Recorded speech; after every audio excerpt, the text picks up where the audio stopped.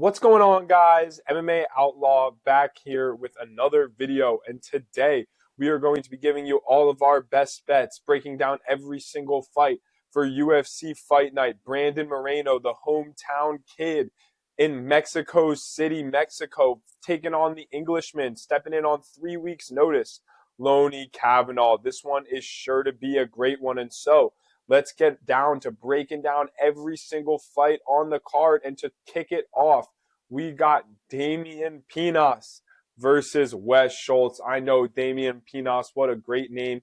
I believe he is somewhere between like 21 and 23. Pinas is coming off of a huge first round KO on Dana White's Contender Series. And Wes Schultz is honestly kind of a veteran of the MMA game at this point. Wes Schultz, I was just watching some of his old fights in LFA. He's been in LFA for quite a while now, and the odds you're seeing on this fight, Damian Pinas is about a minus 260 favorite with Wes Schultz, just roughly around a plus 200 underdog. And so this fight could really go like just one of two ways. And I'm pretty confused, not exactly sure what to do with this fight because Damian Pinas has a great striking on the feet. He is incredibly powerful. He has won pretty much all of his fights by first round knockout. He has a loss on his record, but it was really just a DQ from an illegal kick. This man is practically undefeated. And we've seen Wes Schultz lose before. He lost to Mansour Abdul Malik on the Dana White's Contender Series. He lost by KO. But Wes Schultz was kind of controlling the majority of that fight until he got a little bit tired. And something we do have to consider here with these fights in Mexico City is about 7,000 feet above sea level. So gassing out could really, really come into play here. And so I want to be careful on both of these guys because, I mean, if Pinas doesn't get him out of there in the first round, Wes Schultz could easily grapple and just ride him and just control him to a victory. But simultaneously, Wes Schultz is a pretty aggressive grappler. He has, I believe, 5 submission wins of his 8 wins, and 2. I know that both of his most recent wins came by submission, and so that's Wes Schultz's preferred method. And so Pinas is a striker, and Wes Schultz wants it on the ground, and gassing out is going to be a huge, huge thing in this fight. And so I'm incredibly conflicted, and all week I've been leaning Wes Schultz, like Wes Schultz by submission, maybe a little bit later on, but I know Wes Schultz can gas out too. And after watching that Wes Schultz versus Mansour Abdul Malik fight back, Wes Schultz did look pretty good until he gassed, and he gassed in the apex. And the apex is, at sea level, 7,000 feet above sea level. Eventually, he did get KO'd, Wes Schultz. I think Damian Pinas probably KOs Wes Schultz in round 1 or 2. And I'm not a huge fan of the odds on this fight, though. This fight is certainly going to be a no bet. I would not advise anyone to take this fight. I think you could lean Pinas KO and Schultz by sub if you want to get really risky with it. But I don't see much of a point in betting on this fight. If I were to take a bet, I would probably take Pinas by KO. I just think that's the most likely outcome. I think he's the more talented fighter. Pinas trains at Jose Aldo Jr., BJ Penn. They all train at the same gym. So he has good mentors there. And Wes Schultz is a solid fighter, but I think Pinas has, greater things in his career. I think the Arubian wins this fight, and I think he wins by KO. So moving on. As we move on to Erik Silva versus Francis the Fire Marshall. My guy, Francis Marshall, the American top team product. I'm just pulling up my phone here real quick because I do want to check what these odds are on Pinas KO, because if I'm going to advise you that that's the best bet on that fight, I better know what the odds are. And so yeah, Pinas is a minus 265, Wes Schultz plus, oh my God. Yeah, Damian Pinas is minus 125 by KO. If you're going to bet that, I would probably bet that now because I imagine that's going to go up to about minus 150 by the time the fight starts. I don't think that's a horrible bet, but I think at the odds, I don't think there's a 50, 2 point, or maybe, it's like 55, 56% chance that's going to happen. Not that confident in it. but still like it nonetheless. But moving on to Francis the Fire Marshall versus Erik Silva. Francis Marshall, I was talking a little earlier, the American top team product. And honestly, this is not even a fight that I'm really going to break down too much. Francis Marshall is coming off of what I believe is a split decision loss to Myron Santos. Myron Santos is a very talented fighter. And Francis Marshall might have won that fight. It was a very, very, very close fight. And I was watching one of my guys talk about it on YouTube as well. And he even went as far as saying he thought Francis Marshall won the fight. And so if you have some people split on it, I think the verdict scorecard did have Myron Santos winning that fight, if I am correct. But Erik Silva just sucks. And I would give you a longer breakdown, but Erik Silva might be the worst fighter in the UFC. I know, on the graphic, he looks like he can scrap a little bit. He throws hands all right. But, I think Francis Marshall is better in every aspect of fighting. Let's just say there's a reason Francis Marshall is a minus 700 favorite. He's better on the feet. He's better grappling. He has better gas tank, better wrestling, better BJJ, better boxing, better kicks. Like, Francis Marshall is just better everywhere. And I think you're seeing the UFC wanting to get Francis Marshall back on track. He trains with great people over there at ATT. And I do believe Francis Marshall just absolutely obliterates Erik Silva. And if I had to take an outcome in this fight, I think Francis Marshall probably wins by sub. Now let's check. Francis Marshall by sub is plus 110. Okay, with these odds, if you're gonna take Francis Marshall by finish is definitely the play here. And then at these odds, Francis Marshall by KO at plus 290 is kind of crazy considering Erik Silva's history. I think Francis Marshall gets it done inside the distance. I do lean like maybe we would even take like round 2, round 3 submission. But I just inside the distance is a good bet here. So Francis Marshall is going to beat Erik Silva. Moving on, we got Regina Tarin taking on Ernesta Kareckaite. And let's just say I am really excited for this fight. The UFC doesn't even have Regina's picture in yet. But Regina is a 3-0 prospect out of Mexico, stepping in on a few days' notice to take on Ernesta Kareckaite. And let's just say Regina Tarin is an aggressive all-go fighter. And Ernesta Kareckaite, she often wins by lazy split decision. She throws a lot of strikes and she has good technique, but you can just tell her technique has no power. And Regina Tarin is all gas. She's going to be coming forward. She's, honestly, I believe if this wasn't on short notice and the UFC had signed her previously, that these odds would be a little bit closer. I don't even think the odds are here on FanDuel. In fact, they are not here on FanDuel. I can tell you that. But I know from what I was looking at online that Regina Tarin is about like a plus 185 underdog. And I think she could win by finish. I think Ernesta Kareckaite is just simply not aggressive enough. She has great technique, but she just throws with absolutely no power, no ferocity behind her strikes. And so I think the plus 185 underdog, the hometown hero, stepping on a few days' notice for, it was Stephanie Montenegro, maybe? It was Stephanie Montenegro or Montserrat Rendon. I think it was Stephanie Montenegro, though. So Regina Tarin coming in to save the day. UFC Mexico, the 21-year-old in her home country is going to get the victory versus Ernesta Kareckaite. I would lean inside the distance, but obviously if you're going to take a plus 185, you can just take her by money line. That is a great fight and a women's MMA fight that I am certainly looking forward to. Moving onward, we got Douglas Silva de Andrade moving up to the featherweight division, taking on Javier Reyes. Douglas Silva de Andrade is 40 years old, and you know that statistic. UFC fighters over 36 tend to do nothing good in their career. Javier Reyes has some great striking on the feet. I think Douglas Silva de Andrade is going to be too small for Javier Reyes. I think, with a 5.5-inch reach advantage, Javier Reyes is just going to piece him up inside and out.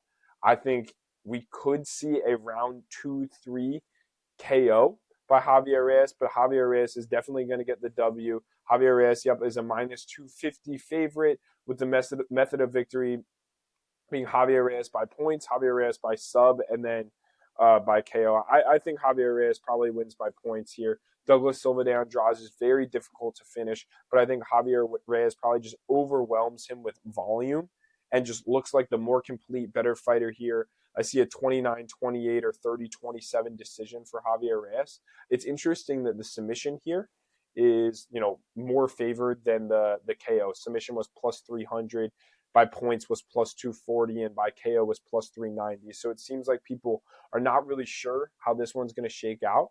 I honestly like, at those odds, I like points and KO. I'm not a huge fan of the sub here. I know Douglas Silva de Andrade has a BJJ black belt. I know he's old. I think, it's always a possibility. But give me Javier Reyes. I think Javier Reyes is a great little parlay piece here. Javier Reyes money line, Javier Reyes to win the fight for sure. Potentially inside the distance, but I lean the points here. Moving on. Christian Quinonez versus Chris Moutinho. Christian Quinonez, the absolute bantamweight monster. I mean, he's like not a monster in terms of wins and losses. We know Christian Quinonez has certainly had his ups and downs in the UFC octagon, but Christian Quinonez is huge at bantamweight, and Chris Moutinho still in the UFC. What are we doing here? There's a reason Christian Quinonez is a minus 650 favorite here in this fight. UFC Mexico City is just Chalktown, USA. What the heck? Every single fighter on this card is like minus 600, minus 250. We have like no close odds on these fights. Chris Moutinho, I'm not really sure why he's still here in the UFC. We saw him get absolutely worked by Sean O'Malley, and then we bring him back into the UFC just to watch him get absolutely flatlined out cold by Malcolm Wellmaker. Oh my God, that KO was disgusting. That freaking leaping hook by Malcolm Wellmaker just sent Chris Moutinho out just face first on the canvas. That was one of the more violent KOs we've seen in the UFC. And Christian Quinonez is just, again, one of these fights where he's just a better fighter everywhere. I'm not really sure how Chris Moutinho could ever win this fight. I want to look at the odds here by method of victory. Quinonez by KO being plus 100. Quinonez by points at plus 310, honestly, is some value here. Can Chris Moutinho last the whole fight? I'm not quite sure, though. I think, KO is a very viable outcome here, too. This is another fight where I'm probably just not going to touch it. Minus 650 odds. What can you really do with that? I could see it going by points with some value at plus 310, but the KO is certainly the most likely outcome here. And so I think Chris Moutinho probably gets cut after Christian Quinonez absolutely slimes him out. The Mexican kid with another W in Mexico. Moving on. Aylin Perez versus Macy Chiasson. The woman's version of MGK, Machine Gun Kelly, Macy Chiasson. She is an absolute bantamweight. Again, one of these people who's just kind of an athletic freak. 5'11", very long for the bantamweight division. Macy Chiasson wants to keep people at range, great kicks. But Macy Chiasson is bad exactly where Aylin Perez is good. But I think a huge factor here in these fights will be the altitude. Aylin Perez, I think Aylin Perez is going to gas out. She's obviously going to take down Macy Chiasson in round one. She's just obviously going to do that. That's obviously what's going to happen here. Macy Chiasson is not very good off of her back, and she does not have very good takedown defense at all. And so I see Aylin Perez getting on the inside early in round one with a takedown, potentially even starting round two with a takedown as well. But I think Macy Chiasson will start to build into this fight as Aylin Perez gasses out in the third. I think the women's MGK, Macy Chiasson, gets this fight done by round 3 KO. That would certainly be my pick here. Round 3 KO by Macy Chiasson. I think she could win by decision too. I think it would be a split decision. Macy Chiasson is plus 146 here. I do like this underdog spot for her. I have this fight personally, it would probably be about minus 110, minus 110, considering the altitude. I know Macy Chiasson has not been in good form, and Aylin Perez has looked fantastic lately, but I really do think Macy Chiasson could get it done here.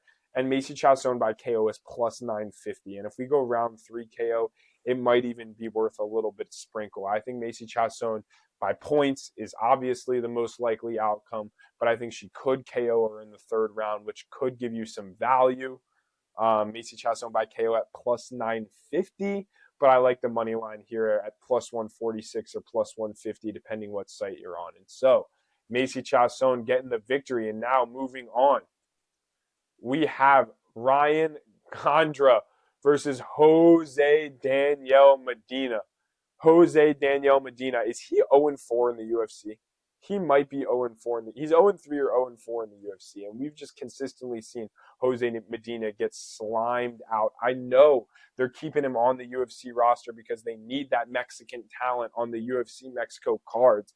But is it really Mexican talent if he's a plus 450 underdog against a Ryan Gandra who is making his debut? A debutee is a minus 720 favorite against a guy who has 4 fights in the UFC.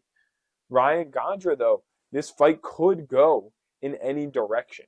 Ryan Gandra by KO is plus 130. Him by sub is plus 240. And by points is plus 400. So there are some long odds here on this fight. This is another fight that I'm probably just going to stay away from. If I had to pick something, I'd probably think Gandra gets it done by KO. But I could see him wrapping up a submission. I think Jose Daniel Medina may even make it through the first round. But I don't think he will be in this fight very long. I think Ryan Gandra probably gets it done inside the distance. Minus 720 favorite is just too much chalk to take. Jose Daniel Medina, I'm going to see you on this week's episode of the Chopping Block. I just know it. You're going to get cut from the UFC roster after this week's loss to Ryan Gandra. So, moving on. And all right, before we move on, the fact that Ryan Gandra versus Jose Daniel Medina is the fight that we are getting in this is the featured prelim?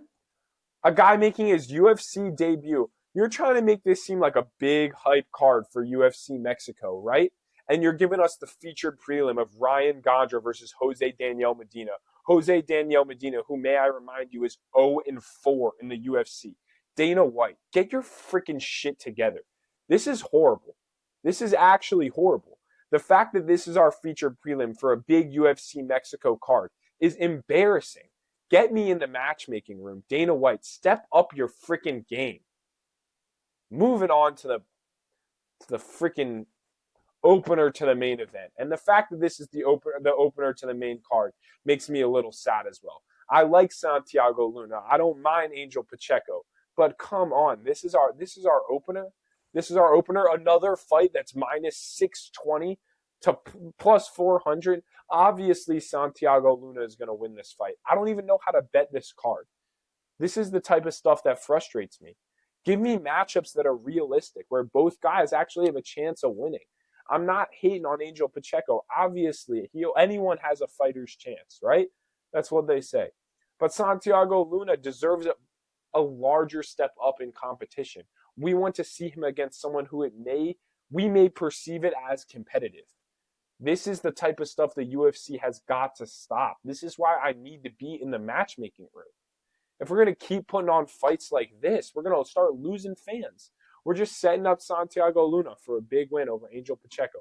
I guess the only way I can take these fights is by looking at method of victories.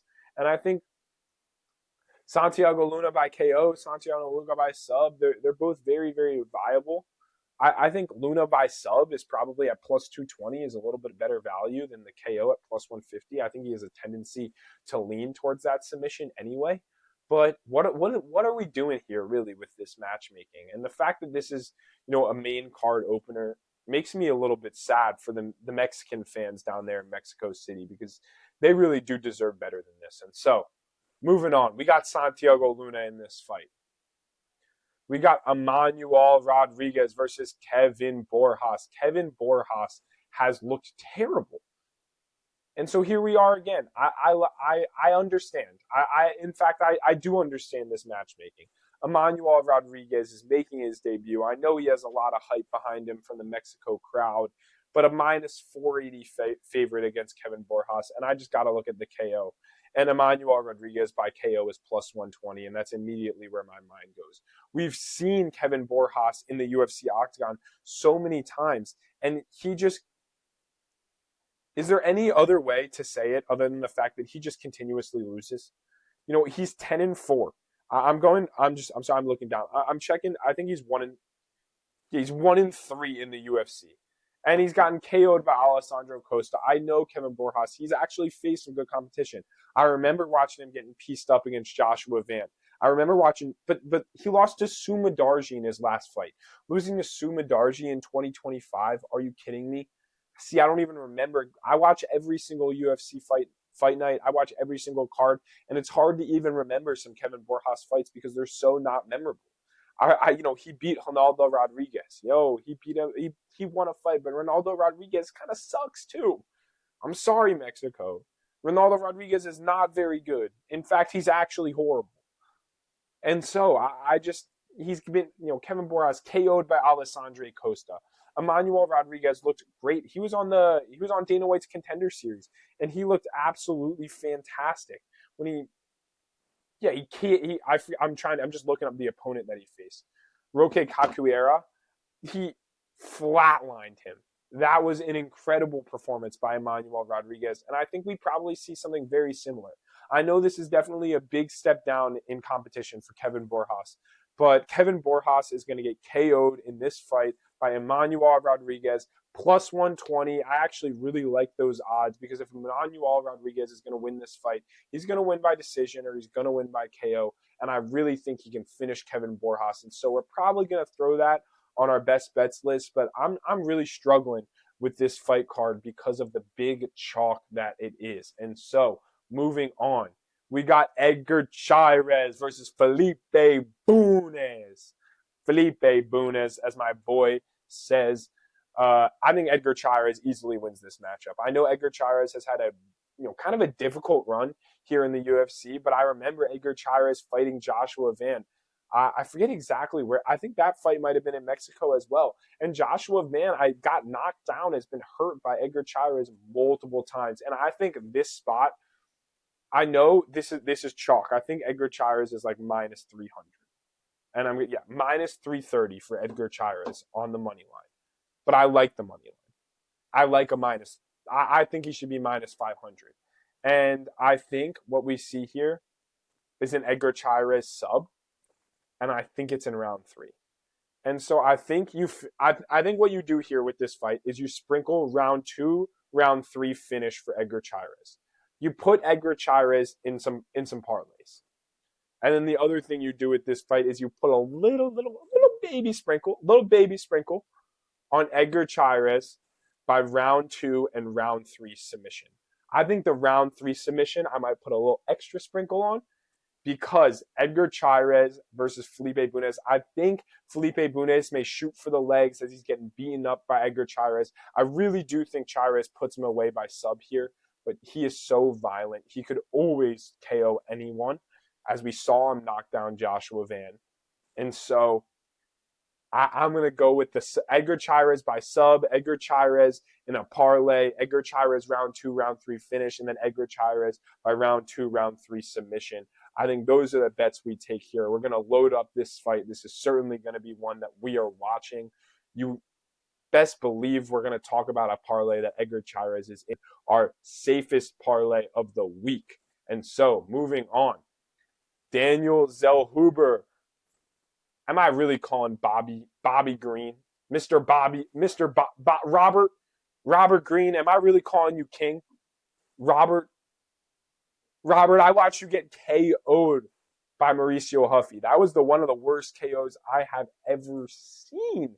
That spinning heel kick is nasty. It's just nasty. Clipped him on the side of the dome, went falling, But Daniel Zellhuber has been pretty disappointing at this point in the UFC. I'm just checking the odds, and Zellhuber's a minus 520 favorite. Wow. Wow. Minus 520. That is heavy chalk. That is heavy chalk for a guy in Daniel Zellhuber, who has lost multiple matchups in the UFC, who just got pieced up by my boy, the 39-year-old Michael Johnson, who's on a 3-fight win streak at lightweight in the Big 2-6. What up, Michael Johnson? But Daniel Zellhuber losing to a 39-year-old Michael Johnson? Will he lose to another 39-year-old and Bobby Robert Green? We've also seen Zellhuber lose to Esteban Rivovic. Zellhuber just doesn't look that good. But we know one thing about Bobby Green that is for sure. Bobby Green tends to struggle with longer, taller fighters. Think Mauricio Huffy. That was a big KO. Think about the guys that he has a lot of success against. Guys like Jim Miller, who was the big guy? Oh, Grant Dawson. He KO'd Grant Dawson. Grant Dawson's a smaller, more compact guy, another wrestler. And we've seen him lose to Mauricio Huffy, guys who have really good takedown defense, bigger guy in the division, and Paddy Pimblett. Jalen Turner absolutely almost ended Bobby Green's career. So you see what I mean. King Green, Bobby Green, Robert, he has a tendency to lose to guys who are taller. But these odds, I just cannot get behind. Daniel Zellhuber has 2 knockouts in his entire UFC career. I'm just glancing over here to take a look at some of these odds, the method of victories. I think Zellhuber by KO at plus 170 is not a bad take. Is not a bad take. I can see Zellhuber winning this fight. But I think this fight should be priced at like Daniel Zellhuber minus 275. Bobby Green plus 225. The fact that Daniel Zellhuber is minus 520, Bobby Green by points is plus 550. I don't think Bobby Green can KO or sub Zellhuber. I think that's the long shot. I don't think you play anything in this fight other than potentially a long shot sprinkle on a Bobby Green by points. I think you could also, if you're wanting to go with the Mexican hometown kid, I could see a Zellhuber by KO at plus 170 because Bobby Green does have a tendency to get finished by these longer guys in the division. But I really don't think Zellhuber has that pop. And I honestly just don't think Zellhuber is that good. He will have had to improve a lot to KO Bobby Green. And I think if this fight goes to decision, I could see Bobby Green getting just absolutely rigged on the judges' scorecards. This fight is in Mexico. But I think the only little play you can take in this fight is a Bobby Green by points sprinkle plus 550. That's really good value on this fight. The other angle is Zellhuber by KO, but I think I'm going to be on King Green by points, a little bit of a sprinkle. Moving on. Oh, I did not mean to click on David Martinez. Marlon Chito Vera. Jesus Christ, UFC website. This is what I'm saying. Dana White, get it together. Get it together, Dana White. Your content sucks. Makes crappy fights, doesn't announce them. The UFC website fucking glitches. UFC, get it together. Marlon Chito Vera versus David Martinez. Here we are. The Ecuadorian versus the Mexican in Mexico City. Marlon Chito Vera been on a downward slide in his career, coming off of a split decision loss to Ayman Zahabi. Before that, he lost to Sean O'Malley, and he lost to someone in between Zahabi and O'Malley as well, but I'm drawing a blank. David Martinez coming off of a huge win against New England Cartel's best, Rob Font. That was a really close fight. I remember watching that fight. I personally had some bread on Rob Font, and I was very, very disappointed with the outcome. I really thought Rob Font would just pepper that jab on David Martinez. But David Martinez, he looked like he was gassing out a little bit in that second that Rob Font won. But then David Martinez came out with fire and energy in the third when he needed to. But David Martinez looked incredibly exhausted in that fight. And this fight is going to be in Mexico City at 7,000 feet of elevation. Marlon Chito Vera just really doesn't wear damage very much. I think this fight is going to be incredibly close. So it's going to be another fight where we take a look at the odds. And Marlon Vera is a plus 240. Wow. Marlon Vera at plus 240. I think it's worth a Marlon Vera at plus 240. Sprinkle in addition to a Marlon Vera by points at plus 500. Wow. Those are some good odds. Those are some good odds. I'm a little bit worried here going against the Mexicans a lot here in Mexico City. I do think the Mexico City judges could always give it to a Mexican fighter, but I think this fight is going to be incredibly close. Chito Vera and David Martinez are going to battle it out on the feet. I don't really think David Martinez can take Chito Vera down. I think Chito Vera can be very dangerous. I know we haven't seen the best of Chito in his recent fights, but I think Amin Zahabi is really good. And I know the other guys Chito has lost to, Sean O'Malley, an incredibly talented fighter. This is a huge step down for Chito in competition. And so I really do believe that Chito has a really good shot here. And the odds, while I do believe David Martinez could very well win, I think this fight should be like minus 110, minus 110. Maybe Martinez, maybe even Vera would be a slight favorite, minus 130. But the fact that Chito is a plus 240 underdog, I mean, if I had to straight pick the fight, I'm going to tell you this fight's probably going to a split decision, and I got no idea. But if I'm telling you that if I think the fight's going to split decision and I have no idea who's going to win, and one of the guys is minus 175 on points and the other guy is plus 500 on points, give me Marlon Chito Vera at plus 500. He's going to win this fight by decision in what will be an incredibly close one in Mexico City. Give me the sprinkle of a plus 500 and a little sprinkle on the money line at plus 240. Marlon Chito Vera is the play here. And now, the main event. It's glitching again. UFC just want to rain on my parade. God, I hate this company. But we got Brandon Moreno versus Loney Kavanagh. Loney Kavanagh, the Englishman, coming off of a huge loss to Charles Johnson. Loney Kavanagh is stepping in on 3 weeks' notice to take Brandon Moreno in UFC Mexico City. And what bothers me so much about this fight is I have no idea who to pick. Brandon Moreno is coming off of, what is like a downward trend in his career, getting KO'd by Tatsuro Taira. He's lost split decisions to guys like Brandon Raw Dog Royval, who are just not very, very good in the UFC, in my opinion. And so I think this fight is going to be incredibly close. And I do believe Loney Kavanagh is the more skilled fighter here. But is Loney Kavanagh going to gas out?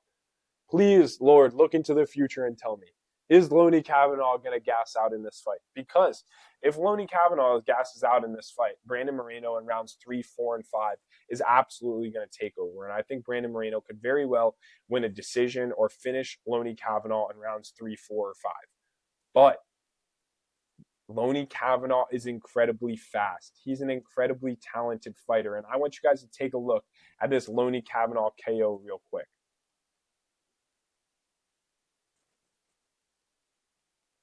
Look at that. My man is so fast. That was before he was in the UFC.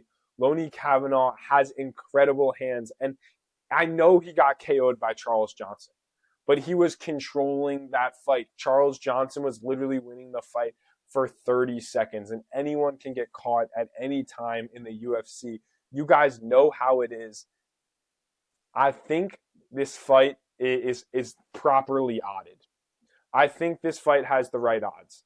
Brandon Moreno is, if I'm going to look, I'm going to double check again right here, but I believe Brandon Moreno is a minus 225 favorite, and Loney Kavanagh is a plus 175. Earlier, Loney Kavanagh was about plus 200. I think that was pretty good value for Loney Kavanagh if you got your bet in there. At plus 175, I'm unsure if I would even take a bet on this fight. But obviously, it's a main event. So I got to give you guys a play. And I know Loney Kavanagh started to gas a little against Charles Johnson.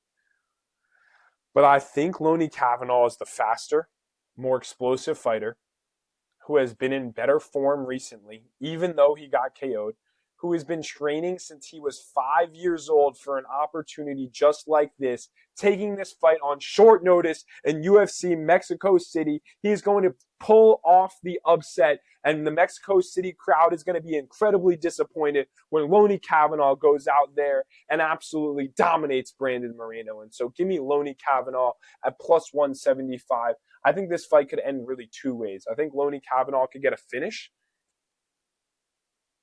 earlier in the fight, or I think he could win by decision. And then if Brandon Moreno wins the fight, it's going to be later in the fight or by decision. And so I think Loney Kavanagh by points would be my preferable play here. But I think it's going to be a sweat. I think this fight should probably be, again, at about minus 110, minus 110. So we're just taking here some value. And so while I don't feel like we have, last week I feel like we had Sergey Spivak was an absolute hammer spot for us. We also had Punahele Soriano. Puna being an absolute hammer spot for us. But I don't think we have any absolute hammer spots on this card. I just don't really think they exist for us. I think what we're doing here on this card is just a whole lot of sprinkling on some underdogs, and we're gonna cash out in the aggregate, right? We're not gonna get every single fight right.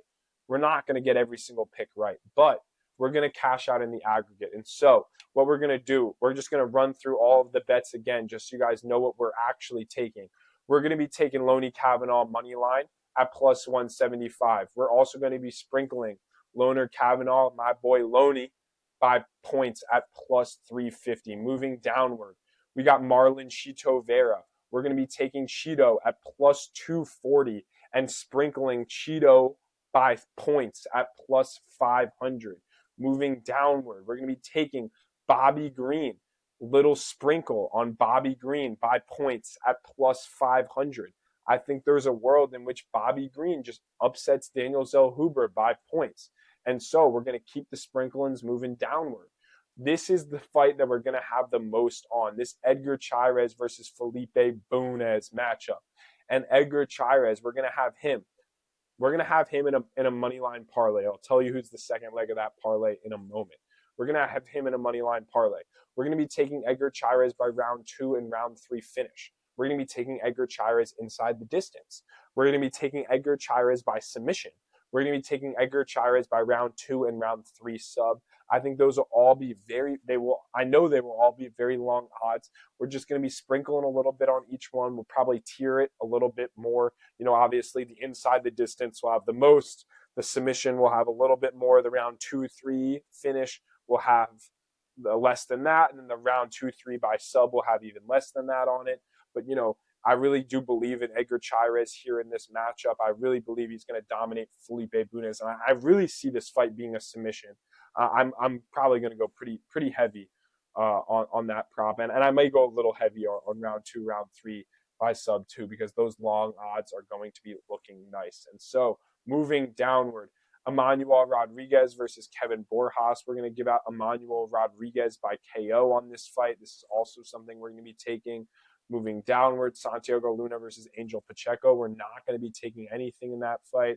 Ryan Gandra versus Jose Daniel Medina. We're probably going to be taking Gandra by KO. I believe it was like plus 240 when I looked.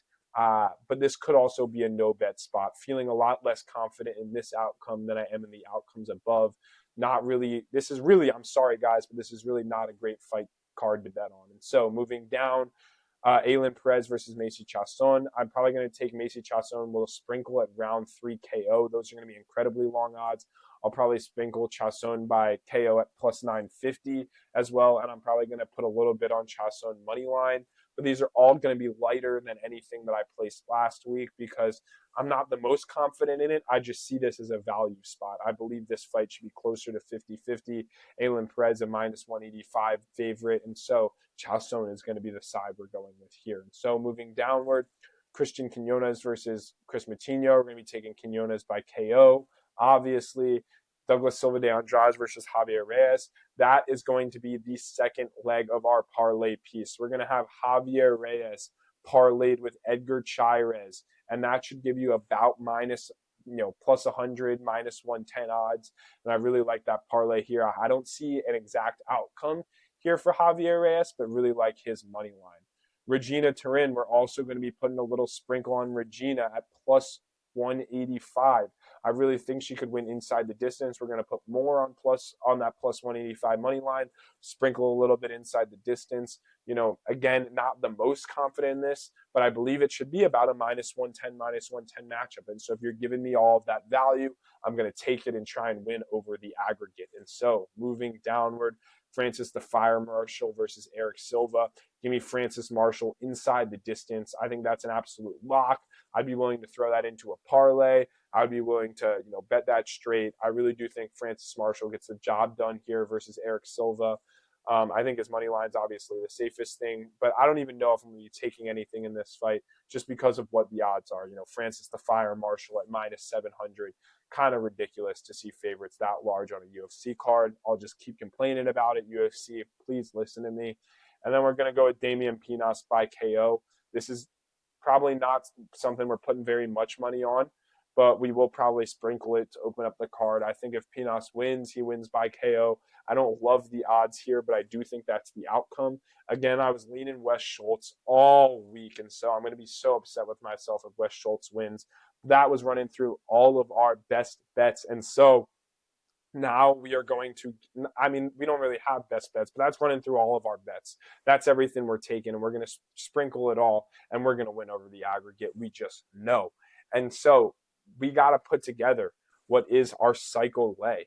We got to put together one cycle lay every single week, and I'm not exactly sure what I want to go with, but I know the sub leg is going to be Edgar Chairez by submission. I know that I want the decision leg to be Marlon Chito Vera at plus 500. And I think I want the KO leg to be, it's either going to be Pinas or Christian Quinonez. I'm going to look right now. I'm going to put this together, and we're going to see what gets us what we're looking for. What gets us to the place we want to be at. Quinonez by KO is plus 100. I feel like everyone is going to be on Quinonez by KO in that spot. I'm not exactly sure. Give me Pinas by KO. I think if he wins that fight, he wins by KO. And so I don't mind that. And he's the shortest odds. We're going to open up the fight card, smack in the first leg of the cycle parlay. And then we're going to have Chito Vera by points here, plus 500. And then our submission here will be Edgar Chairez by sub.